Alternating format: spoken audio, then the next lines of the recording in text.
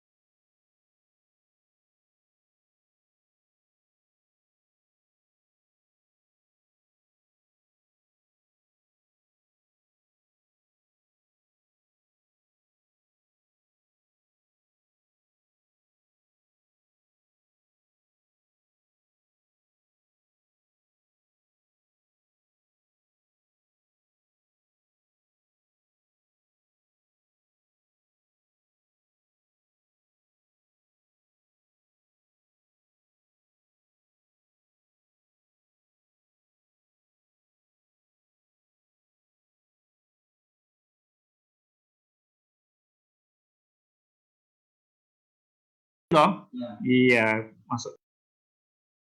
Oke, wes, jelas. Ya. Ya. Oh, mute itu ya. Oke. Oke, udah ya.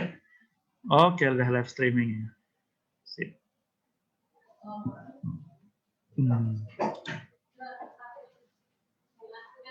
Tapi kemarin yang datang lumayan loh, 38. Tadi malam. Yang Rebu malam kemarin itu rekor selama malam ya. Hah? Oke, sudah siap. Tapi kan dia makan durian. Tapi kan makan durian masih. Sana.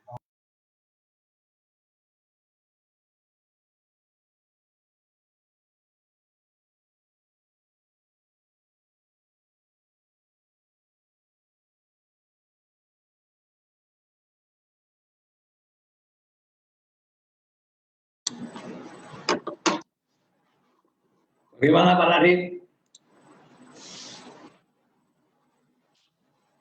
Halo, Pak Radit. Sini tuh Pak, betul. Betul. Nah, soalnya kan fokusnya kan supaya ke materi layar utama. Ya. Gitu Pak. Betul. Jadi pembicaranya itu malah di pojok kecil bawah gitu. Iya. Betul. Oke, bagaimana Pak Safik? Oke, Sudah menikmati durian? sudah. Enak? Tidak enak di rumah enak. Iya, kesukaan Dr. Syafiq adalah durian. Jadi kalau Bapak Ibu teman-teman mau kasih hadiah Pak Syafiq, durian ya Pak Syafiq ya. Oke, siap ketemu lagi Bapak Ibu semua, teman-teman semua. Selamat siang dan semangat pagi. Kita mulai dengan acara yang kita tunggu-tunggu, ya, seminar ilmiah kesehatan dengan narasumber utama kita, Dr. Syafiq ya. Nah, hari ini Dr. Syafiq akan membuat resume untuk semua materi yang pernah disampaikan sehingga ada kaitannya satu dengan yang lainnya ya. Ada keterkaitan satu dan lainnya. Teman-teman, Bapak Ibu yang sudah mengikuti dari awal, yang setia dengan materi-materi yang disampaikan bisa melihat benang merahnya atau keterkaitan antara satu materi dengan materi yang lainnya. Karena semua materi itu membentuk suatu benang merah. Ya, Anda bisa melihat apa hubungannya. Itu yang akan dibahas pada hari ini. Maka pastikan Bapak Ibu teman-teman semua sudah siap untuk pembahasan hari ini. Resume ini membantu kita melihat manfaat dari semua yang telah dibahas ya. Baik, silakan Dr. Syafiq, waktu perhatian fokus untuk Dr. Syafiq. Silakan.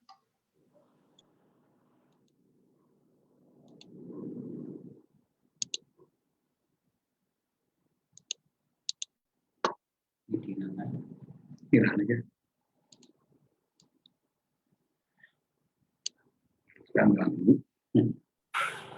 Selamat siang para seminar kesehatan online. Kita akan berupaya meresume topik-topik bahasan yang telah pernah kita berikan. Anda lihat di sini, kucing aja bingung karena dikasih headphone, dia cari suaranya belok-belok gitu. Ya. Itu pada binatang. Oke. Pertama-tama saya ingin menekankan bahwa kita tidak berbicara di kedokteran barat. Mengapa? Karena kita berbicara AUTI. AUTI itu adalah bagian dari kedokteran timur, bukan kedokteran barat. Oleh karenanya kita tidak bicara tentang obat, penyakit dan obat, tapi kita bisa pada keyakinan, keseimbangan, dan awareness. Ya, dari sini kita telah lihat bahwa dunia telah berubah, bergeser dari membicarakan health, membicarakan ke wellness. Itu konsep Hippocrates yang telah ditinggalkan, sekarang kembali lagi digunakan. Jadi wellness itu lebih penting daripada health. Oke, jadi kita tidak berbicara lagi mengenai menamakan nama-nama penyakit. Kita mengenal nama-nama penyakit, tetapi kita akan menjelaskan bagaimana yang terjadi adalah ketidakseimbangan. Oke. kita berbicara dari OT, dan OT ini sudah jelas merupakan antioksidan. Dia sangat mempengaruhi pencernaan, dia memperkuat energi tubuh kita, dia bisa melawan kanker, dia bisa menyeimbangkan imun dan membooster imun, dan dia juga bisa merendahkan kolesterol jahat, dia bisa menjaga kesehatan jantung, dan dia bisa mencegah atau mengurangi stres. Nah, oleh karenanya topik-topik tadi akan berkisar di daerah ini. Karena kita adalah berbicara tentang OT atau teh hitam. Dan di sini Anda lihat bahwa teh hitam mengandung EGCG, mengandung theophlavin, dan ya theanin. Yang semuanya dapat melihat bahwa di sini sebagai antioksidan, dapat juga meningkatkan fungsi endotel pembuluh darah, bisa menurunkan agregasi trombosit, bisa menurunkan LDL kolesterol, bisa juga mengurangi resiko penyakit jantung, obesitas, DM, penyakit-penyakit yang berkaitan dengan usia, dan juga penyakit-penyakit neurodegeneratif saraf, ya, semuanya bisa kita lakukan dengan OT, sehingga OT dikatakan one for all, satu tapi untuk semua. Oke, kita telah berbicara topik teh hitam. Kita juga telah membahas bahwa teh hitam ada kaitannya dengan oxidative stress. Nah, oxidative stress ini ternyata juga bisa menimbulkan masalah terjadinya penumpukan lemak dan obesitas, bisa menyebabkan terjadinya diabetes mellitus, hipertensi, stres, dan ini juga sangat berkaitan dengan stroke, ya. Dan stroke berkaitan dengan peredaran darah otak telah pernah kita bahas, dan peredaran darah otak juga berkaitan dengan sel saraf dan otak, dan semuanya adalah berkaitan dengan masalah kesadaran, persepsi, dan keyakinan. Mengapa? Karena kita mulai dengan kesadaran metagenetik. Pada waktu slide pertama kita bicarakan adalah mengenai kesadaran metagenetik. Mengapa demikian? Karena kesadaran metagenetik adalah kesadaran yang sebetulnya Barat telah mencapai kepada kesadaran Timur. Jadi kedokteran Barat sekarang bertemu dengan kedokteran Timur. Karena dia tidak lagi berbicara pikiran dan gena, tapi dia berpikiran bahwa tentang spiritual. Jadi dengan demikian, teori Newton yang mengatakan bahwa tubuh adalah materi telah bergeser menjadi tubuh adalah energi. Dan energi adalah getaran, dan getaran adalah gelombang. Sehingga kita ketahui bahwa ditemukannya non-coding gen DNA yang 97% itu menunjukkan bahwa keyakinan, kesadaran, spiritual bisa mempengaruhi kerja respon sel. Sehingga dengan demikian kita kemarin telah membacakan berbicara mengenai kedokteran metagenetik versus kedokteran timur. Kita juga telah berbicara mengenai evolusi kedokteran, dan kita juga telah berbicara mengenai kedokteran timur. Teh hitam sangat juga terkenal dengan fungsi detoksifikasi. Nah, detoksifikasi adalah salah satu daripada pikiran dan perilaku sel, telah kita lakukan juga, dan ini telah kita bahas mengenai bahasa sel. Dan bahasa sel berkaitan dengan asam-asam amino yang kita sebut dengan basa nitrogen, yaitu ada adenin, ya, guanin, timin, irtios, dan sebagainya. Dan ini juga kaitannya dengan protein dan enzim. Kita telah berbicara mengenai fungsi protein dan enzim. Dan juga kita telah berbicara mengenai genetika reproduksi yang membuat bahasa sel tadi bisa berlangsung, sehingga kita berbicara juga mengenai kesehatan dan wellness, dan kita berbicara mengenai penyakit, lemak dan obesitas, asam urat, dan perilaku sel. Kemudian detoksifikasi berkaitan dengan healing crisis, seperti yang kita alami pada pasien-pasien yang minum OT, pada beberapa pasien. Sehingga dengan demikian semua topik-topik ini sangat berkaitan dengan fungsi utama dari teh hitam. Oke, sekarang saya ingin menjelaskan hal-hal yang perlu dipahami benar. Bahwa tubuh ini menjadi tidak seimbang, yang harusnya seimbang, yaitu dia harus seimbang dengan lingkungan luarnya. Tapi lingkungan luar sudah terlalu banyak polusi, sehingga akibatnya terjadi gangguan homeodinamika, berarti terjadi gangguan pada epifisis, terjadi pada fungsi neuroadaptasi dari otak, yaitu neuroplasticity dan neurogenesis. Karena ini menjadi kacau, maka lingkungan dalam tubuh kita, yaitu homeostasis juga terganggu, yaitu fungsi neuroendokrin yang ditengarai dengan neurorefleks, komunikasi sel, transduksi signal, sitokin, dan respon ini juga terganggu. Akibatnya kita mengalami budaya modern membangun budaya penyakit karena ketidakseimbangan yang terjadi. Di sini kita lihat bahwa ada positive feedback, ada negative feedback. Jadi dari epifisis, pineal, hipotalamus, hipofise, target organ aksis mengalami gangguan karena kelemahan di dalam homeodinamika karena lingkungan yang sudah berubah. Nah, semua ini tergantung juga kepada pengertian dan persepsi apa itu penyakit, apa itu sakit, apa itu orang sakit.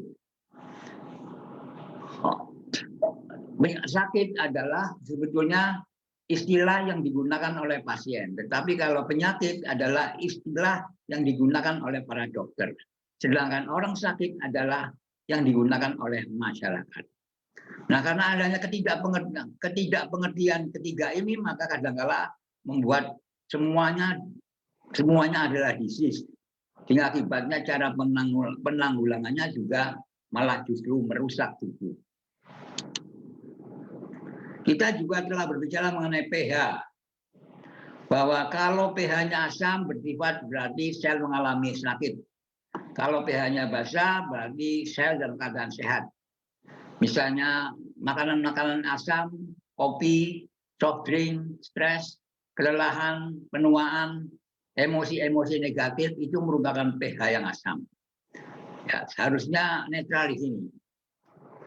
Sedangkan yang alkali bisa karena sayur-sayuran, karena tumbuh-tumbuhan ataupun tanaman-tanaman mentah, ya, juga air alkalin, energi, vitalitas, dan juga emosi yang positif.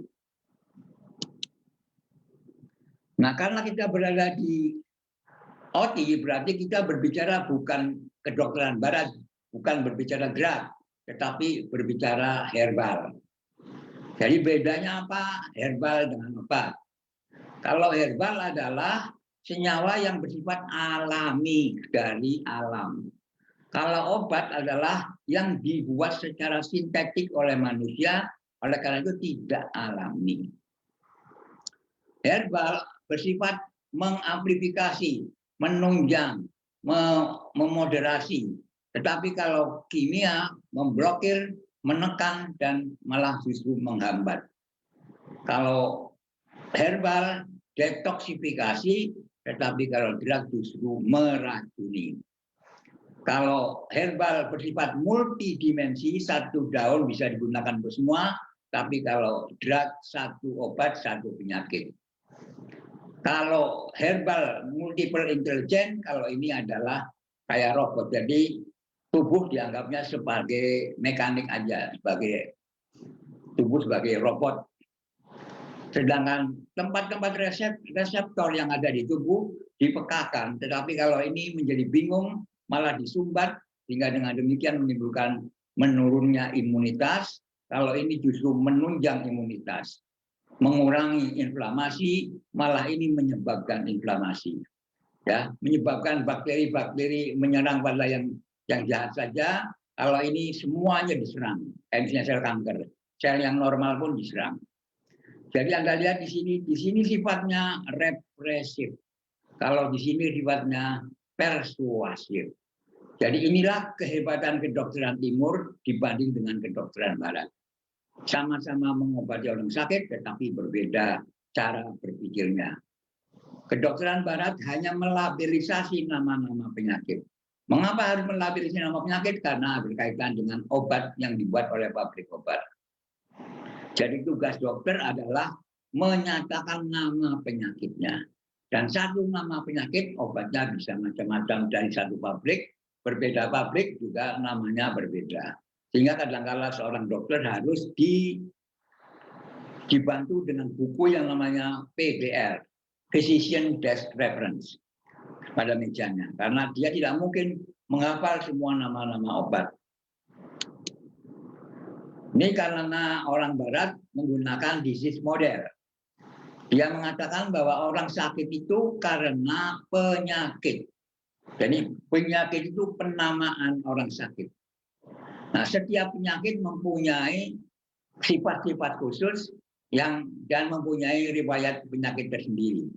Oleh karena itu setiap penyakit harus dikodifikasi, dipahami secara tersendiri sebagai orang tadi, sehingga demikian kalau orang sakit harus dicari penyebabnya.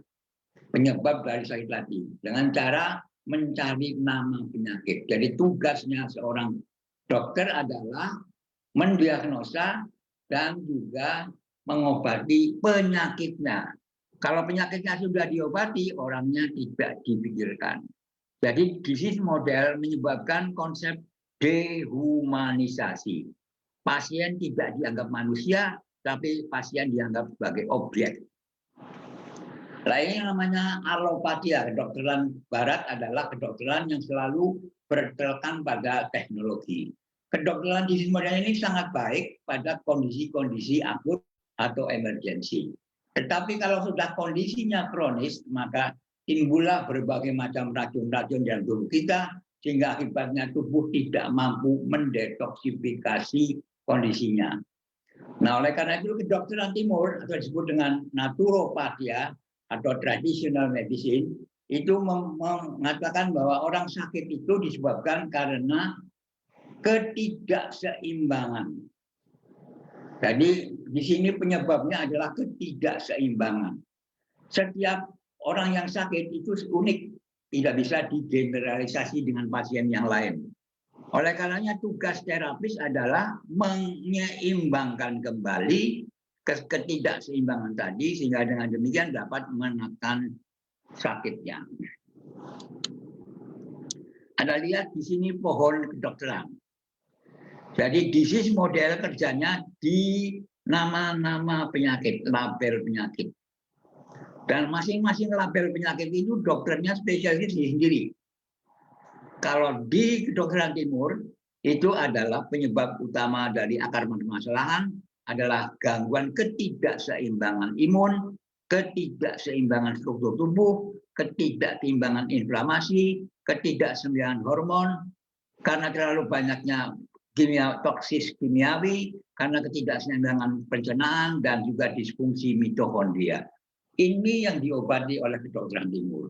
Kalau ini yang diobati oleh kedokteran barat, Anda bisa bayangkan bahwa ini dehumanisasi, kalau ini humanisasi.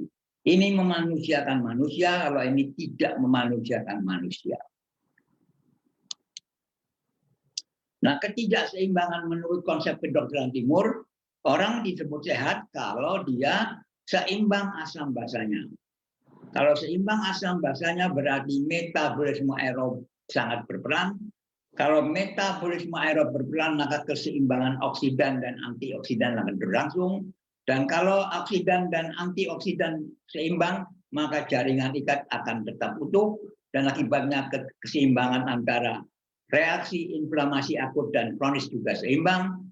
Keseimbangan antara kalsium yang ada di luar sel dan kalsium yang di dalam sel juga seimbang. Jadi namanya sehat adalah keseimbangan asam basa, keseimbangan oksidan antioksidan, keseimbangan antara inflamasi akut dan kronis, dan keseimbangan antara kalsium inflak dan kalsium eflak. Kalau terjadi ketidakseimbangan, maka terjadilah penyakit. Misalnya kalau asam basanya tidak seimbang, maka terjadilah apa disebut dengan acid stress, sehingga menimbulkan penyakit. Kalau terjadi di sini, maka terjadilah metabolisme anaerob lebih dominan dari aerob, sehingga akibatnya terjadilah asidosis. Kalau terjadi asidosis, maka terjadilah stres oksidatif, dan ini juga menimbulkan penyakit. Nah, kalau terjadi stres oksidatif akan menimbulkan inflamasi kronis, tidak seimbang tadi, dan juga menimbulkan penyakit, dan juga akan menimbulkan terlalu banyaknya kalsium bebas yang berlebihan dalam sel. Dan ini kalsium yang bebas dalam sel akan menyebabkan kematian sel. Dan juga jaringan ikat menjadi rusak. Misalnya pada penuaan, ya, jadi cepat tua. Jadi inilah ketidakseimbangan yang ditimbulkan karena akibat keseimbangan yang ada di dalam health model ini. Ini yang dipakai, yang dipegang oleh kedokteran timur. Mengapa demikian? Ya karena berbeda wilayah. Budaya barat atau budaya modern itu budayanya yang namanya sedentary lifestyle, kurang banyak gerak, terlalu banyak ya inactivity, jadi kurang banyak gerak. Posturnya juga salah, makanannya juga salah, tidur bangun juga salah. Ya, jadi inactivity, tidak banyak gerak. Bersifat destruktif, jadi banyak menimbulkan penyakit. Penyalahgunaan, terjadinya polusi maupun terjadinya pemunahan lingkungan ekosistem. Terjadinya kelelahan kelenjar adrenal, terjadinya masyarakat yang sangat cemas, timbulnya budaya di luar rumah daripada dalam rumah, dan menimbulkan prinsip-prinsip pressure. Pokoknya semua yang enak, itu yang penting. Itu budaya barat. Bagaimana dengan budaya timur? Berbeda sekali. Kedokteran timur berakar dari budaya timur yang mengatakan semua itu adalah bersifat konstruktif. Dia menggunakan dominasi otak kanan, dia menggunakan indoor lebih baik daripada outdoor, dalam rumah lebih baik dari di luar rumah. Kemudian juga masyarakatnya selalu berbasis pada cinta kasih, ya, menimbulkan sintesa, membuat positive thinking, dan intuitif dan imajinatif, serta bersifat holistik dan integratif. Inilah beda pokok yang kita jelaskan di dalam kedokteran timur berdasar pada budaya timur. Jadi budaya timur tidak bersifat represif tetapi persuasif. Masalah utama manusia masa kini adalah ketidakseimbangan. Nah, ketidakseimbangan antara intoksikasi dan detoksifikasi. Yang dimasukkan, intoksikasi racun yang dimasukkan lebih besar daripada kemampuan tubuh mendetoksifikasi. Akibatnya intoksikasi menimbulkan banyak oksidan, dan karena oksidan ini tidak bisa diseimbangkan, maka menumpuklah antioksidan sehingga terjadilah oxidative stress. Sehingga dengan demikian Anda lihat fungsi detoksifikasi liver sangat penting, sangat berat pada kondisi modern, menyebabkan terjadinya inflamasi kronik. Tetapi kalau budaya timur, budaya berpuasa, budaya minum teh, justru akan meringankan kerja detoksifikasi hati-hati. Manusia modern, kalau dengan adanya kedokteran metagenetik, disebut sebagai metagenetic being atau quantum being, karena sekarang kita tidak lagi menganut fisika Newton, tetapi fisika kuantum. Dinyatakan bahwa manusia adalah 4B.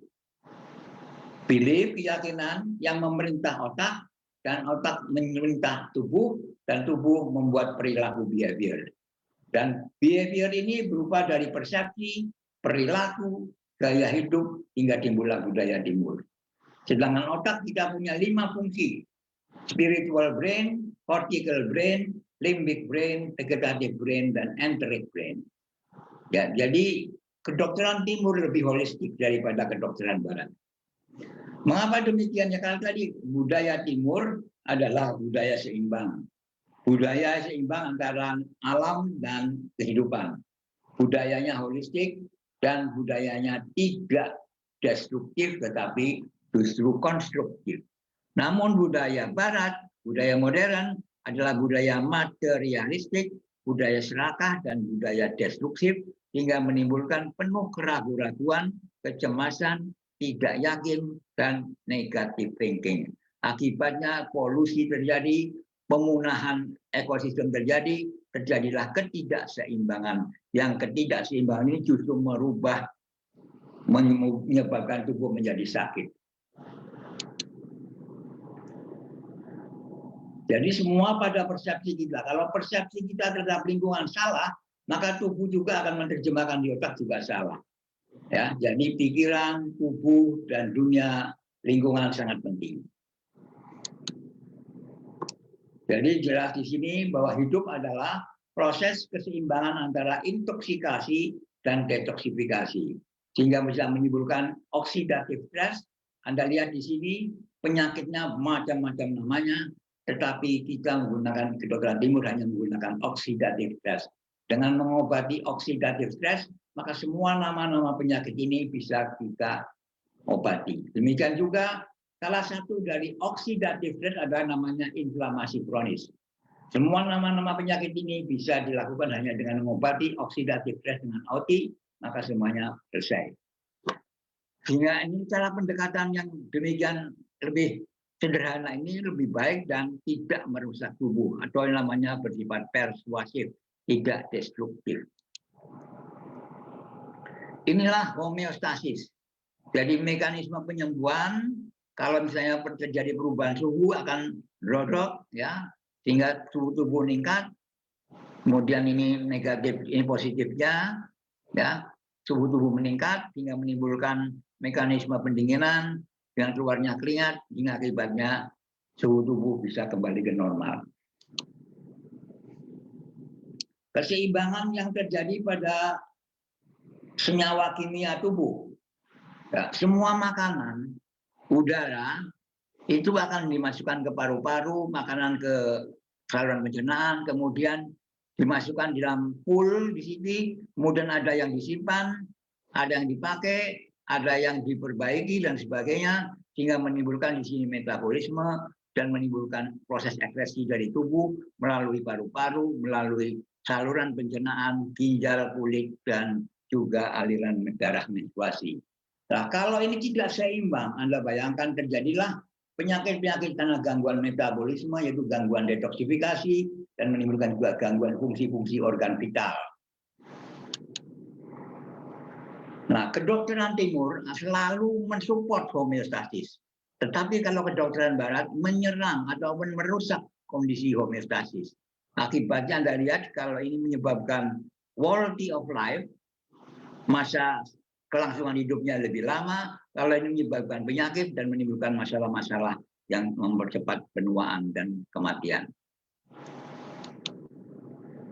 Inilah semua sistem regulasi homeostasis dari mulai HPA aksis sampai kepada adrenomedullary system, dan semua ke-12 sistem ini pernah kita bahas dalam satu topik. Inilah yang menyebabkan bahwa kita harus selalu menjaga ini supaya dengan kerja dengan baik. Karena ke masing 12 tadi saling tunjang menunjang. Ini lihat, ini masalahnya oksidatif stres, tapi nama penyakitnya 1, 2, 3, 4, 5, 6, banyak sekali nama penyakit. Dan kalau setiap nama penyakit tadi obatnya namanya juga khusus, bayangkan saja berapa macam obat yang harus dimakan untuk mengobati ini semua. Tetapi kalau ALTI cukup dengan mengobati oksidatif stres, maka satu semuanya terkena. Jadi lebih murah, lebih tidak mengganggu homeostasis, tetapi justru menyelesaikan masalah karena the root cause, penyebab utamanya adalah karena oksidatif stres. Nah, oksidatif stres juga bisa menimbulkan masalah apa yang disebut dengan inflamasi kronis tadi dalam gambar. Nah, inflamasi kronis nama penyakitnya juga macam-macam. Ada yang di jantung, ada yang kanker, ada yang di saraf, ada yang diabetes, ada yang di paru-paru dan sebagainya. Masing nama-nama penyakit ini obatnya juga namanya sendiri, dan setiap pabrik obat juga nama penyakitnya, nama obatnya beda-beda. Anda bisa bayangkan sehingga kita dikacaukan dengan nama-nama dan label penyakit, tetapi kita tidak pernah menyembuhkan penyebab utamanya. Nah, misalnya ini oksidatif stres karena antioksidan yang meningkat. Ini bisa mengganggu signal intraseluler, jadi bisa menimbulkan disfungsi tulang subkondral, bisa menimbulkan penuaan kondrosit, bisa menimbulkan kematian sel, bisa menimbulkan disfungsi mitokondria, bisa menimbulkan degradasi kartilago, bisa menimbulkan sintesi hepatik menurun, dan bisa menimbulkan peradangan pada sinopia sendi. Jadi Anda lihat akibat daripada terlalu menumpuknya reaktif oksigen spesies atau antioksidan ini bisa menimbulkan banyak masalah di semua sel. Unsur-unsur yang ada di dalam tubuh, ada yang 96% ada 4, yaitu karbon, oksigen, hidrogen, nitrogen. Ini yang penting. Jadi siklus karbon, siklus air, dan siklus nitrogen sangat penting. Sedangkan unsur-unsur yang utama sebanyak 3,5%, bisa kalsium, bisa fosfor, bisa potasium, bisa sulfur, bisa sodium, klorida, dan magnesium. Sedangkan yang hanya 0,5% itu misalnya boron, kromium, kobalt, koper, iodin, dan lain sebagainya. Jadi ada unsur-unsur yang penting, yaitu COHN, dan ini terganggu karena terlalu banyaknya polusi.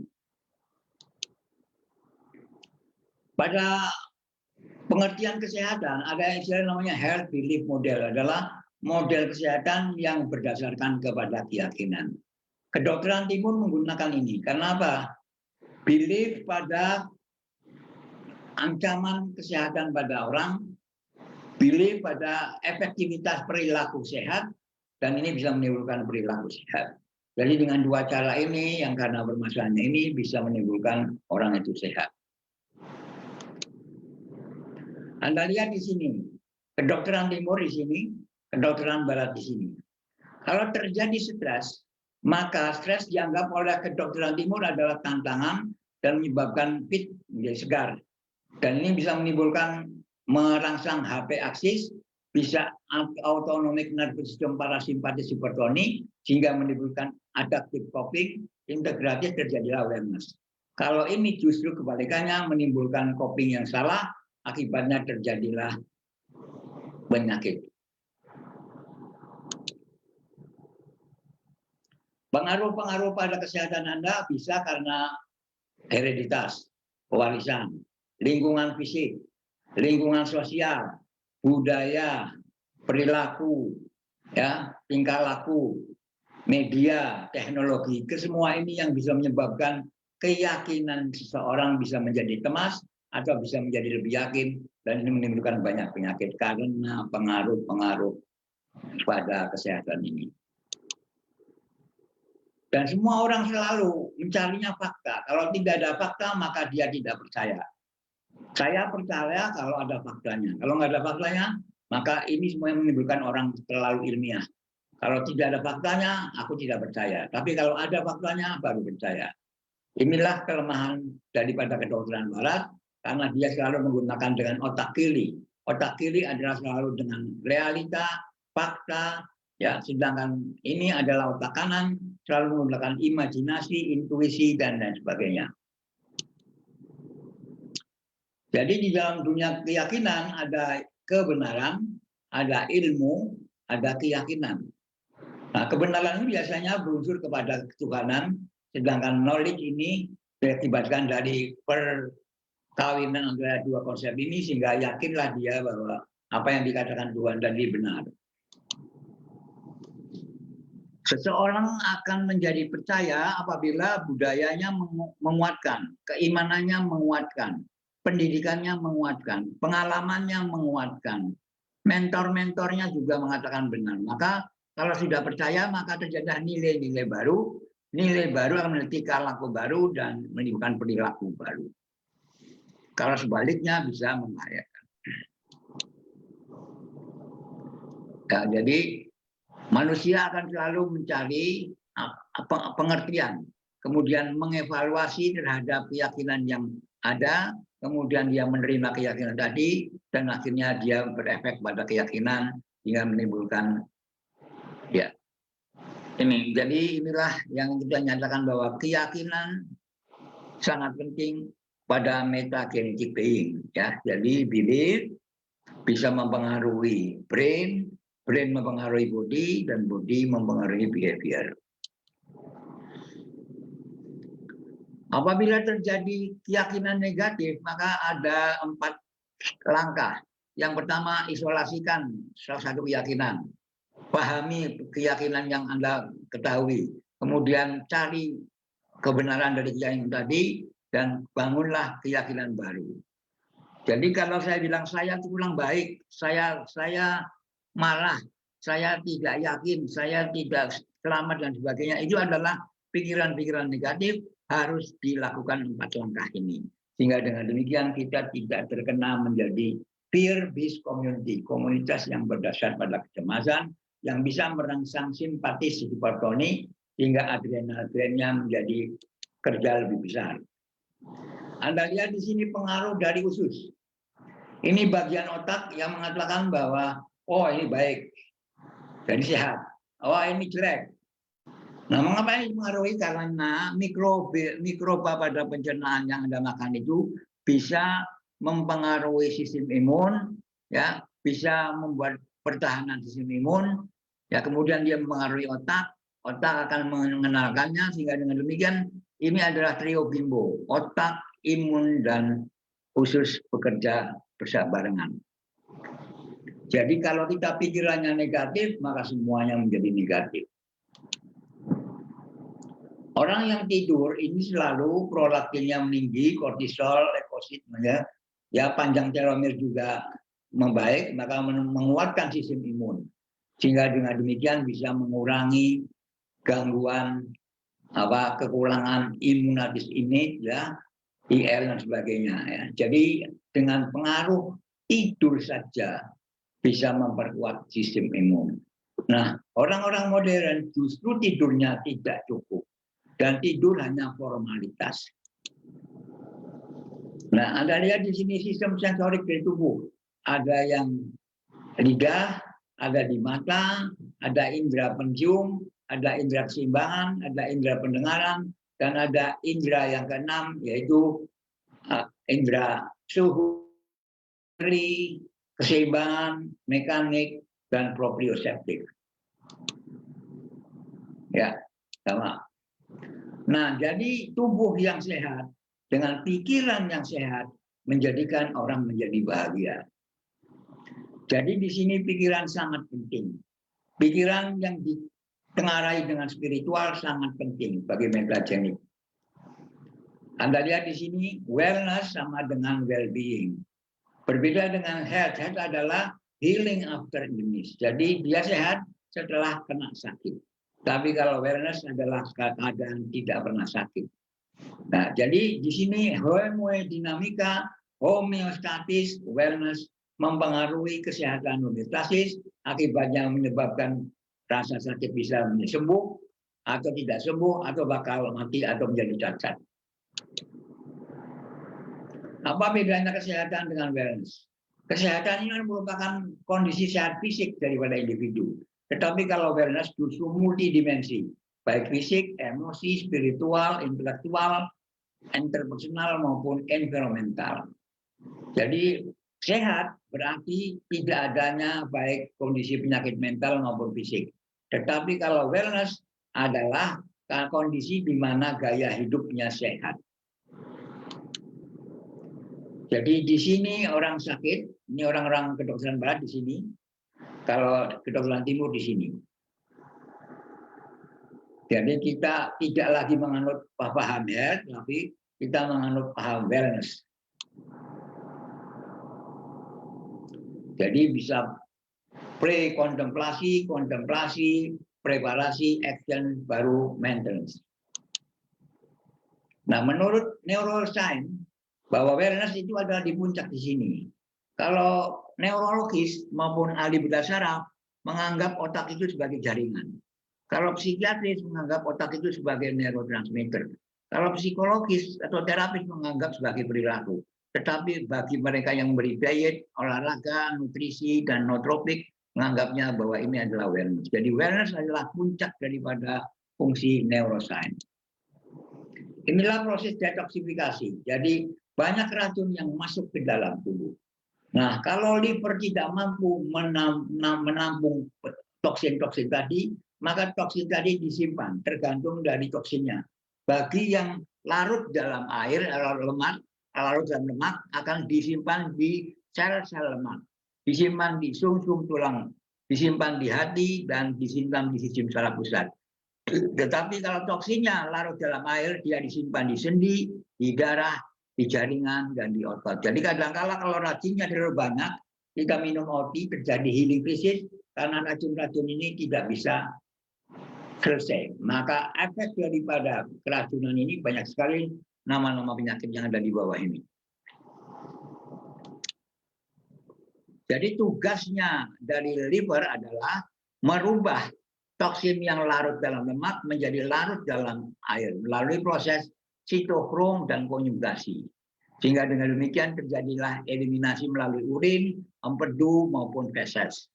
Ya, makanan-makanan yang digunakan untuk membantu ini bisa metionin, sistein, magnesium, glutathione, vitamin B12, vitamin C, glisin, taurin, glutamin, asam folat, dan kolin. Kesimpulan.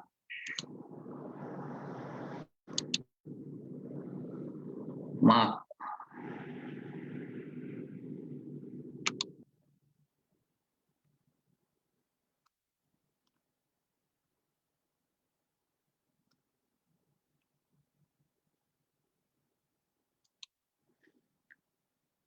Cara yang paling efektif untuk menanggulangi oksidatif stres adalah dengan melestarikan satu budaya minum teh hitam karena sangat efektif untuk mengobati hampir semua penyakit kronis maupun kanker.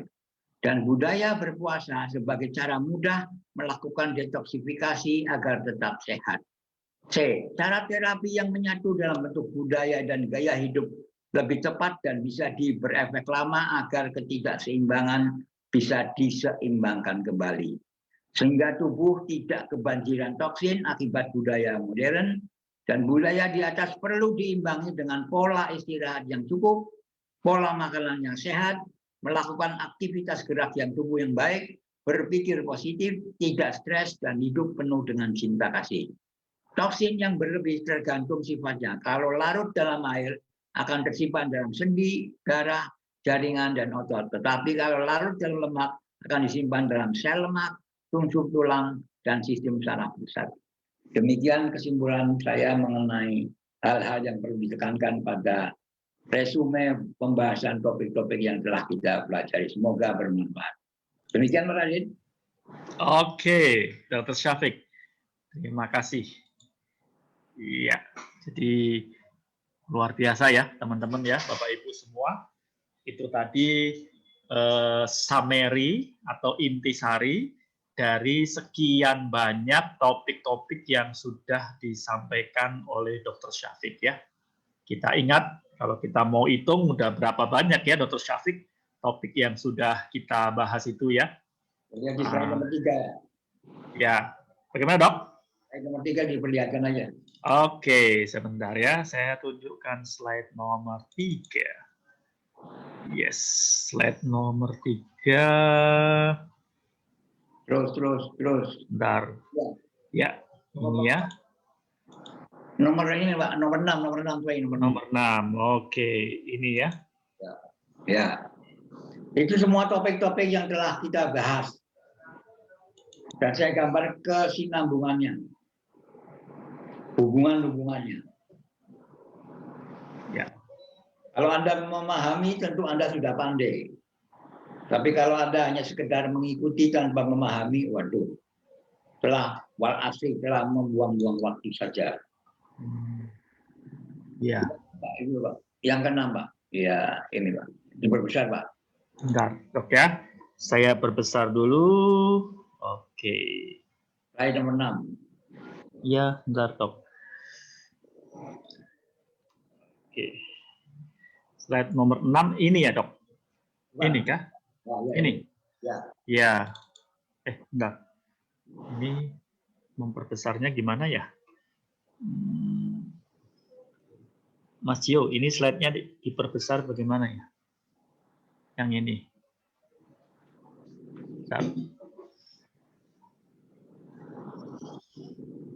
Oke, sebentar ya. Ini ke sini. Munculnya yang ini.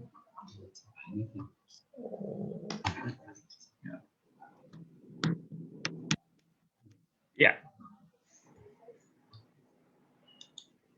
Oke, Dok.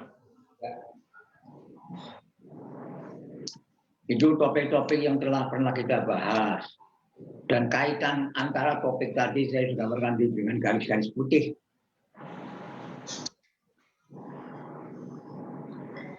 Ya, ini adalah judul atau topik-topik yang pernah dibahas ya, teman-teman ya. Ini topik-topiknya. Kalau teman-teman yang belum pernah ikut dari salah satu topik ini, sebenarnya teman-teman bisa lihat kembali videonya di YouTube atau di Facebook kita ya. Anda bisa lihat karena setiap kali hari Sabtu kita mengadakan seminar ilmiah kesehatan, kita upload di Facebook dan juga di YouTube ya. Jadi beberapa belasan topik-topik ini sudah ada di upload ya. Jadi teman-teman bisa melihat secara mendetail apa yang dibahas di situ ya. Ini adalah rangkumannya ya, rangkuman dari pembahasan itu. Oke, teman-teman. Nah, sekarang ada sesi untuk kita, sesi tanya jawab. Nah, saya buka kesempatan untuk tanya jawab. Silakan teman-teman yang mau bertanya. Oke, silakan kalau teman-teman mau bertanya. Saya Pak Radik. Silahkan Bu Rian. Pak Safik. Ya. Kan kalau apa tadi yang liver itu loh. Ya. Jadi kalau toksin masuk ke dalam tubuh, terus semuanya masuk ke liver dulu gitu ya? Iya, di detox. Karena fungsi liver adalah detoksifikasi, menetralisir racun. Ya. Ada dua terus apa namanya, tidak bisa diurai, pokoknya bagi dua tadi ya, yang larut lemak, larut air gitu kan. Terus yang mau saya tanyakan yang menuju ke saraf otak itu loh Pak, kan saya pernah nggak tahu baca dengar, benar nggak sih kalau protein itu menumpuk di saraf otak itu ya Pak? Ada hubungannya nggak Pak? Iya, ada hubungannya kan, saya perlihatkan bahwa antara usus dengan otak ada kaitannya. Maka dikatakan enteric brain adalah otak usus. Jadi kalau ada banyak toksin-toksin dalam usus, dia akan mempengaruhi otak melalui jalur tadi. Jadi enteric brain akan mempengaruhi otak, yaitu bisa spiritualnya, bisa limbiknya, bisa vegetatifnya, ya, bisa inteligensinya. Jadi IQ, SQ kan terganggu karena masalah yang jelek. Bayangkan, maka puasa itu mempermudah, memanjangkan usia, memudahkan manusia, memperpanjang telomere, memperkuat kolagen, mencegah keriput dan lain sebagainya. Puasa. Karena mengistirahatkan usus. Mengapa demikian? Usus selalu kerja berat karena rentang tidur bangunnya sudah kacau. Lebih banyak bangun daripada tidur. Nah, tidur itu adalah parasimpatis hipertoni.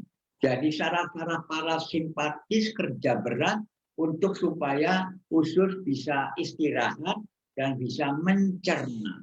Tetapi karena tidurnya nggak cukup, maka istirahatnya kurang, mencernanya kurang. Anda bayangkan banyak zat-zat sampingan yang bisa membuat racun-racun makin bertambah. Apalagi kalau tidurnya lampunya tidak dimatikan. Karena melatonin sendiri tidak mampu menyelesaikan masalah. Nanti kita akan bicara masalah fungsi melatonin. Ternyata melatonin ini sangat penting karena bisa memperkuat imunitas, bisa memperkuat kerja saraf, bisa memperkuat sistem imun dan lain sebagainya. Jadi epiphysis atau kelenjar pineal itu sangat penting. Dan kelenjar ini sangat dipengaruhi oleh cahaya, oleh sinar, oleh indera, signal-signal, ayat-ayat dan sebagainya, dzikir dan sebagainya. Jadi kalau pineal kita baik, maka seluruh indrawi kita akan baik. Dan kalau indrawinya baik, dia akan bisa memfilter siapa-siapa yang boleh masuk dan siapa-siapa yang tidak masuk. Jadi manusia adalah makhluk diurnal, makhluk siang dan malam. Jangan sekali-kali siang jadi malam, malam jadi siang. Karena akan merusak seluruh sistem homeostasis dan homeodinamika tubuh. Begitu. Berarti kalau orang sakit liver itu karena terganggu kekurangan istirahatnya itu ya Pak ya? Salah satu. Fungsinya lebih dari 500. Jadi kalau livernya sudah payah, sudah tinggal nunggu SK.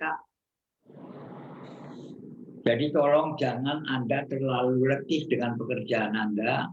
Cukup istirahat sangat dipentingkan karena liver harus memetabolisme semua karbohidrat, protein, lipid yang Anda makan, semua racun-racun dia kerjain, semua hormon-hormon dia kerjain. Nah, kalau dia tidak istirahat, dia lelah, maka dikatakan liver itu kerja berat.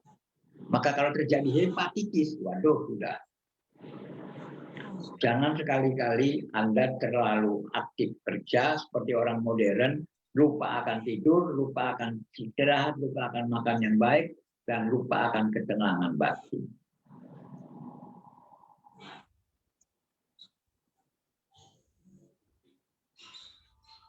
Ya, terima kasih Pak Safik. Kembali. Oke, terima kasih Bu Rian untuk pertanyaannya. Bu Rian dari Jakarta. Sedikit tadi soal liver tadi, Dok. Liver itu tidak bisa digantikan fungsinya oleh yang lain ya, Dok ya? Nggak bisa. Liver itu DPR-nya tubuh. Oh. Dapurnya tubuh. Jadi kalau rumah dapurnya sudah kacau, waduh, semua nutrisi anggota keluarga jadi jelek. Okay. Jadi salah satu fungsi liver itu kan detoksifikasi. Ya. Nah, kalau detoksifikasi berarti salah satu fungsinya adalah mengubah toksin yang larut lemak menjadi larut air supaya bisa dikeluarkan oleh tubuh ya. Sintesa empedu juga liver. Empedu ini bisa menimbulkan batu empedu ini karena liver. Kalau livernya tidak sehat, itu kacau. Oke, siap Dok. Menarik sekali ya pembahasan mengenai fungsi liver tadi ya, detoksifikasi ya. Penting sekali rupanya ya. Nah, tadi yang mungkin masyarakat umum menganggap itu hal baru adalah enteric brain. Nah, ini menarik ini ya, enteric brain. Enteric brain itu berarti usus bisa mempengaruhi otak atau otak usus ya. Nah, mungkin bisa dijelaskan lebih detail nih, kenapa kok usus ini kok juga disebut enteric brain? Itu ada anyaman-anyaman saraf yang namanya plexus mesentericus, itu berfungsi kayak network pada otak. Jadi kalau mikrobiom, jadi kalau bakteri-bakteri usus itu jelek, dia akan mempengaruhi itu, dan itu dimasukkan ke aliran darah, mempengaruhi otak, sehingga network di otak akan terganggu. Sehingga terjadilah gangguan mood, gangguan tidur, gangguan macam-macam lah. Gangguan kewaspadaan dan gangguan pemikiran dan sebagainya. Oke. Jadi intinya mikroba di usus yang nggak bagus bisa mengirim toksin melalui sistem tadi plexus mesenterius ke arah otak ya Dok ya? Itu ada etiket apa, orang jual susu juga mengatakan bahwa antara usus dan otak saling bicara. Di TV itu. Oke. Iya ya. Oke. Jadi harus kondisi usus kita bagus ya, karena rupanya pengaruhnya sampai ke otak juga ya. Menurut kedokteran timur, otak itu punya 5 fungsi. Fungsi spiritual, fungsi intelektual, fungsi emosi, fungsi vegetatif, dan fungsi enterik usus. Maka makanlah makanan yang halal, yang baik, agar supaya otaknya bersih, hingga kita pikirannya juga bersih, nafsu kita juga bersih. Jangan menggunakan makanan-makanan yang karena korupsi, makanan-makanan jelek, makanan-makanan beracun, makanan-makanan penuh pengawet, penyedap, dan lain sebagainya. Marilah kita makan yang organik, yang alami, yang langsung Anda tanam sendiri di halaman rumah Anda. Karena halaman rumah Anda cukup luas untuk menanamnya. Tinggal sabar menanti rumah makan Padang untuk menuainya. Ya. Memang kalau makanannya hasil korupsi, bagaimana tuh masuk usus Dokter ya? Energinya jelek kok. Oke ya, baik ya.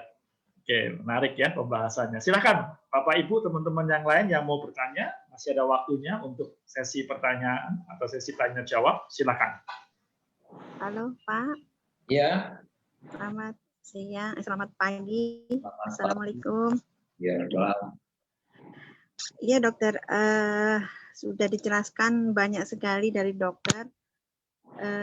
Cuman saya ingin menanyakan ya masalah proses untuk berubah. Kita kan tahu mungkin saat ini kita belum seperti yang kita harapkan dengan keadaan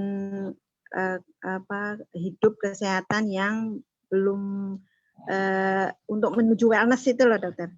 Nah jadi untuk itu kan perlu proses ya dokter.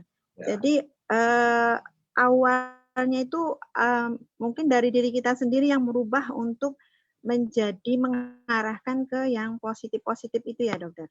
Dari kita, keluarga, terus saya yang jadi kendala saya itu untuk memberikan kepada orang lain seperti pelanggan, menjelaskan itu loh. Ada budaya Jawa yang mengatakan Allah bisa karena biasa. Kalau kita membiasakan bangun subuh, ya bangun subuh. Tidak perlu pakai wekker. Jadi biasakan menjadi suatu kebiasaan. Tetapi jangan ditakut-takuti bahwa aku tidak bisa, aku belum bisa, aku ora saja. Itu sudah jelas. Itu negatif. Jadi mulailah dengan husnudon kepada diri Anda itu sendiri. Jangan ibu selalu tidak percaya kepada yang positif. Ibu bisa. Kalau saya bisa, ibu bisa. Tinggal mengatakan aku bisa, maka otaknya siap. Bisa. Tapi kalau ibu bisa ora ya, bisa ora ya, itu namanya kecek-kecek. Itu poco-poco itu Bu, maju. Iya. Iya makanya kan semua itu harus dari diri kita sendiri yang kita tata, ya dokter. Kemudian mungkin dari keluarga kita. Ibu lakukan dulu sendiri, ibu meneladani yang lain. Iya. Sekarang bangsa kita perlu keteladanan, bukan terlalu banyak omongan. Inilah yang baik. Beginilah caranya melihat, nah gitu lagunya. Iya dokter. Iya. Memang harus kita dulu, baru kita ke orang lain ya. Kita, keluarga dan orang lain. Ya kadang kan orang luar itu kan kita tahu kebenarannya, cuman mau mengungkapkannya itu sepertinya kan kayak gini kan sulit mau merubah orang, tapi ya berusaha. Jadi begini Bu, mengapa kita mau diperintah oleh luar? Harusnya luar itu kita perintah, kita atur. Mengapa lingkungan yang mempengaruhi kita? Kan yang salah siapa? Yang salah bukan lingkungannya, kesalahannya cara persepsi kita. Kita ternyata dipimpin oleh lingkungan. Kalau lingkungannya miskin, kita miskin semuanya. Mau punya rencana juga miskini. Jadi Anda nggak yakin pada diri sendiri, itu sudah hancur deh. Maka Allah tidak menyukai orang yang berbusa. Jadi tetap harus positif thinking. Nah, iya. Tetap semangat. Oke, ya dokter. Berusaha terus. Bismillah. Terima kasih. Iya dokter. Jangan ragu-ragu dan bimbang.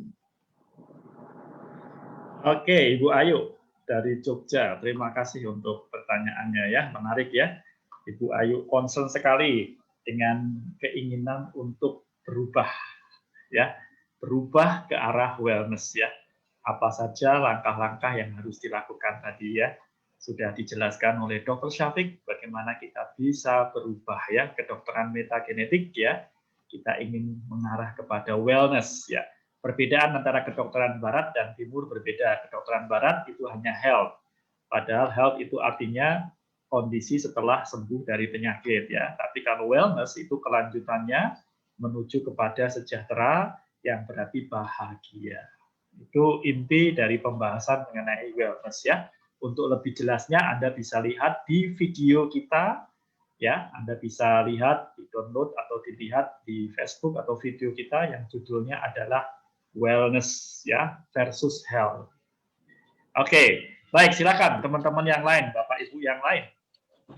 Silakan kalau mau bertanya.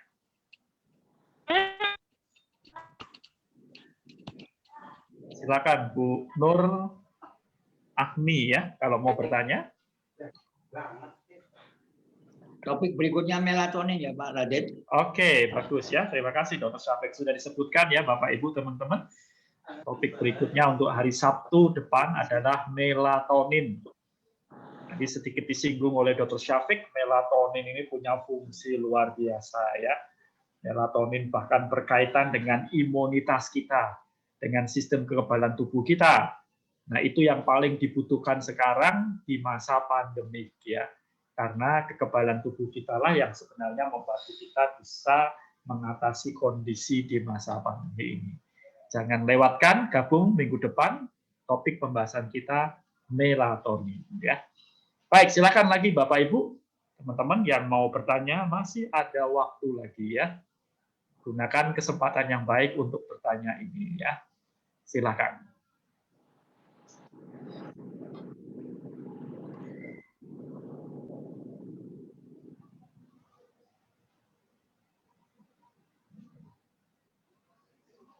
Ada di antara topik-topik yang mau minta diulang? Ya. Ada ya teman-teman, topik yang minta diulang lagi ya, dari serangkaian topik-topik yang tadi sudah dibahas ya. Saya perlihatkan kembali mungkin slide yang ketiga tadi supaya teman-teman bisa ngerti ya. Nah, ini ya. Ini sebenarnya adalah judul-judul ya, judul-judul dari topik-topik yang sudah pernah kita bahas. Ini judul-judulnya ya. Nah, Dr. Syafiq membuat jaringan atau korelasi atau hubungan atau keterkaitan satu topik dengan topik yang lain.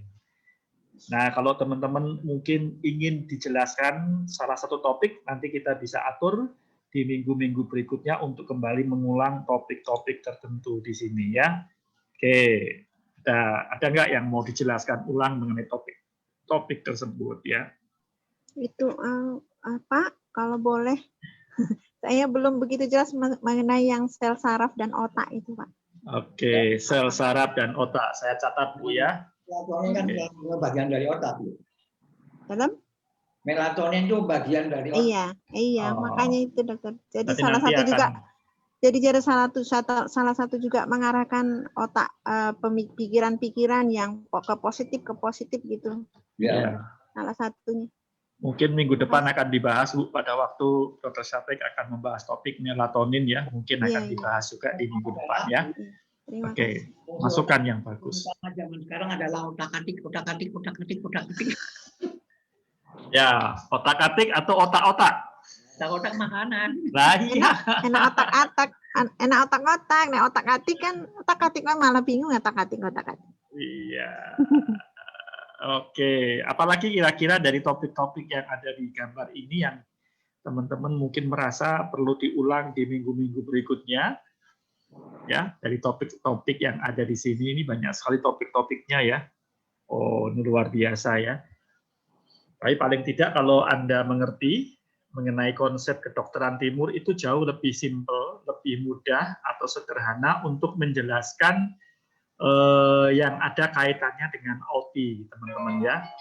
OT atau teh hitam itu akan mudah dijelaskan kalau kita memahami konsep kedokteran timur ya.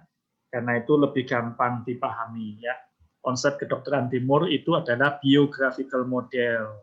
Biographical model berarti melihat suatu kondisi penyakit itu bukan masalah, tapi justru suatu tanda terjadi ketidakseimbangan.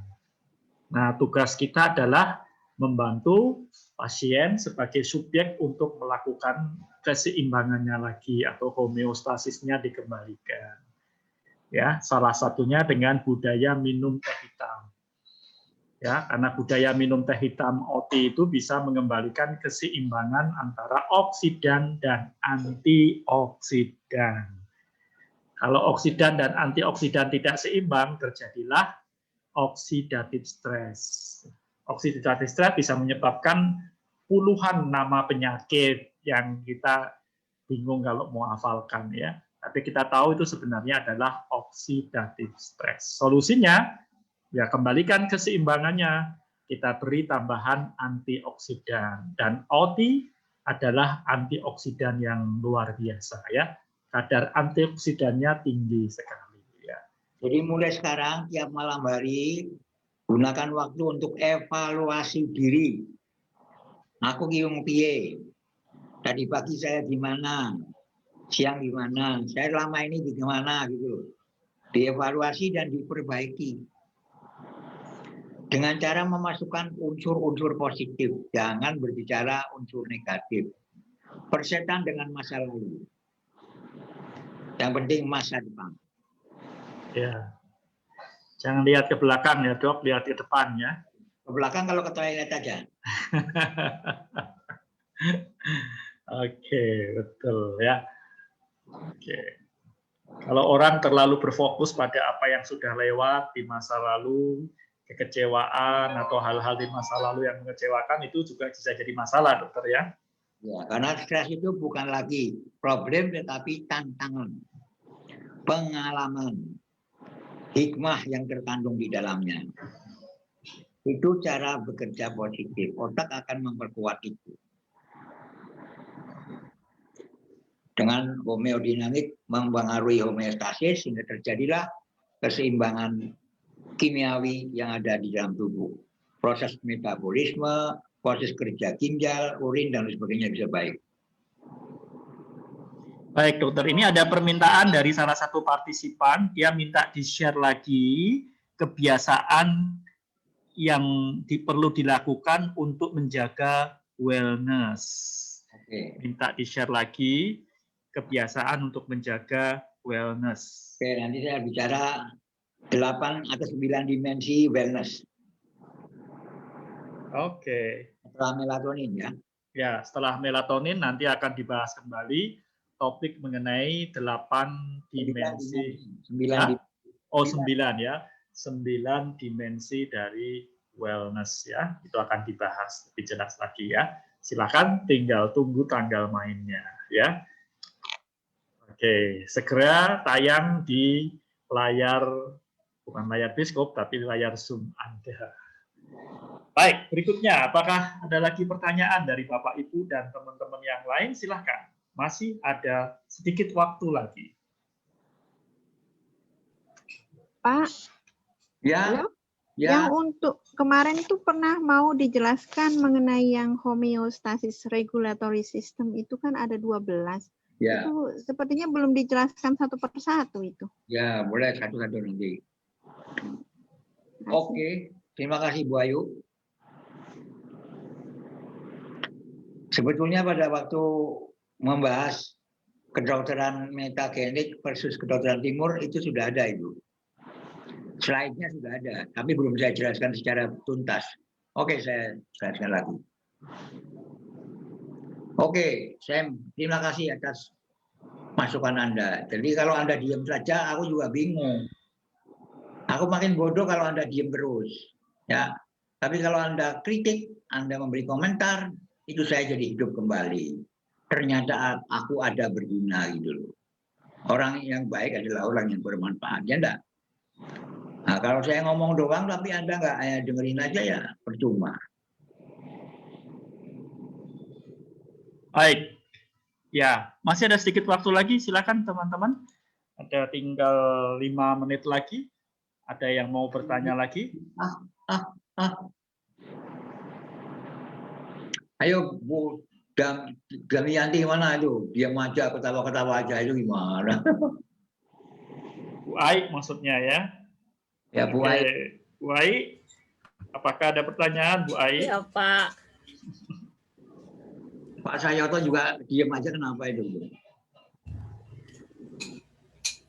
Diam adalah emas.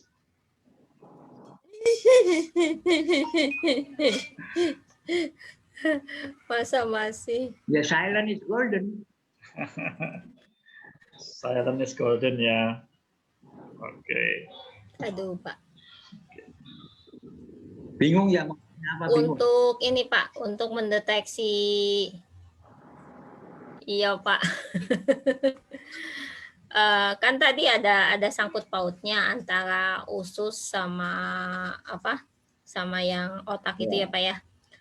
Untuk mendeteksi bahwa deteksi dini lah kalau misalkan pencernaan kita bermasalah itu bisa dari apanya Pak? Fungsi eliminasi.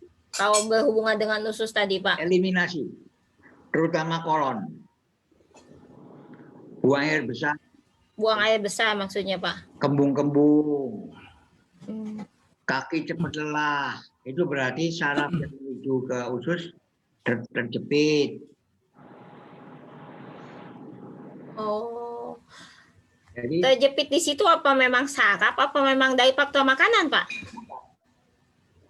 apa? Ya tadi terjepit di situ itu karena dari faktor makanan atau memang kayak saraf kejepit begitu? Makanan itu zat kimia. Zat kimia itu bisa bersifat toksin, bisa tidak bersifat toksin. Kalau sel dipengaruhi oleh kimia yang toksin, selnya darmo. Darmo itu modar atau sakit. Ya toh? Jadi hidup adalah proses intoksikasi. Yang namanya hidup zaman modern adalah memasukkan racun ke dalam tubuh melalui mulut, melalui hidung, melalui telinga, melalui mata. Jadi ya kalau yang dilihat yang jelek-jelek, racunnya jelek dong. Tapi yang dilihat, didengar yang baik-baik, yang masuk juga baik. Karena semua itu energi. Bisa berupa getaran, frekuensi, cahaya, warna, dan sebagainya. Maka ada terapi warna. Dengan warna-warna tertentu, kalau makan dengan dinding yang warnanya ini kok makanannya lebih nyaman. Kalau warnanya begini kok kurang enak gitu. Jadi kan ada terapi warna. Warna putih terdiri atas berbagai 7 warna. Teori Helmholtz. Jadi kalau warna putih masuk ke prisma, maka terjadilah 7 warna. Kalau di langit namanya biang lala. Jadi kalau Anda punya rumah temboknya diwarna-warni, itu suasananya bisa tenang atau bisa menjadi kacau karena warna. Jadi warna juga terapi. Ada 7 warna. Jadi magnet bisa terapi, namanya magnetoterapi. Color juga bisa terapi, terapi warna. Ritme juga terapi. Semuanya bisa dijadikan terapi, tergantung pikiran dan keinginan Anda mau apa. Karena tubuh kita itu kun fayakun, jadi. Kalau kita percaya jadi ya jadi, kalau tidak ya tidak. Kalau gojek itu kereta api zaman dulu.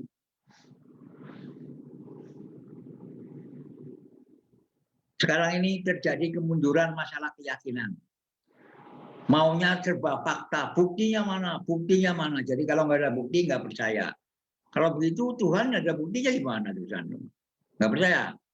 Aja kayak gue. Ilmiah ya ilmiah, tapi juga agamanya diperkuat gitu loh.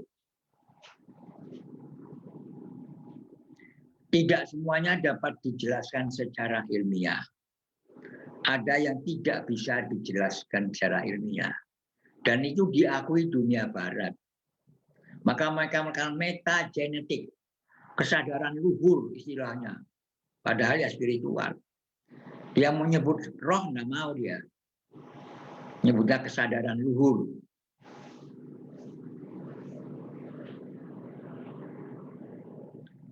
Perkuatlah agama kamu, karena agama sumber daripada spiritual.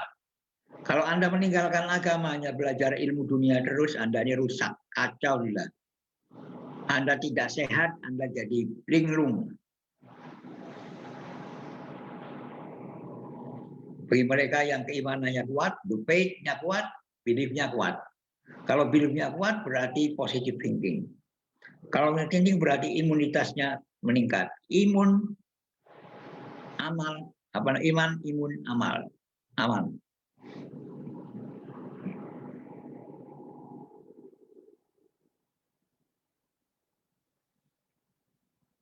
Soal faith tanya para itu, ahlinya itu. Ya, Pak Safik juga ahlinya faith juga ya. Itu Anda itu. Iya. Baik teman-teman, terima kasih banyak untuk pertanyaannya yang disampaikan ya. Terima kasih Pak Safik. Balik-balik. Oke teman-teman, jadi waktu kita sudah habis. Jadi terima kasih banyak Dr. Syafiq untuk pemaparan hari ini. Ya. Ingat teman-teman, kita punya topik melatonin pada hari Sabtu depan. Silakan hadir kembali setiap hari Sabtu pukul 13 siang atau pukul 1 siang. Narasumber kita, Dr. Syafiq akan siap membantu kita dengan topik-topik yang pasti menarik dan penting untuk kita ya. Nah, kami juga senang undang Anda setiap hari Senin malam dan Rabu malam khusus untuk prospek peluang bisnis dan juga product knowledge ya. Undang sebanyak mungkin teman-teman atau kawan-kawan supaya bisa hadir dan mengenal lebih banyak OT dari segi manfaat dan juga dari segi peluang bisnisnya ya. Oke, kalau Anda ingin informasi lebih banyak mengenai OT, Anda bisa menanyakan kepada teman-teman OT yang mengundang Anda. Baik, kita akan akhiri acara seminar ilmiah kita pada kesempatan hari ini. Kita akan ketemu lagi. Mari kita terus maju. Kita maju bersama dengan OT dahsyat. Terima kasih.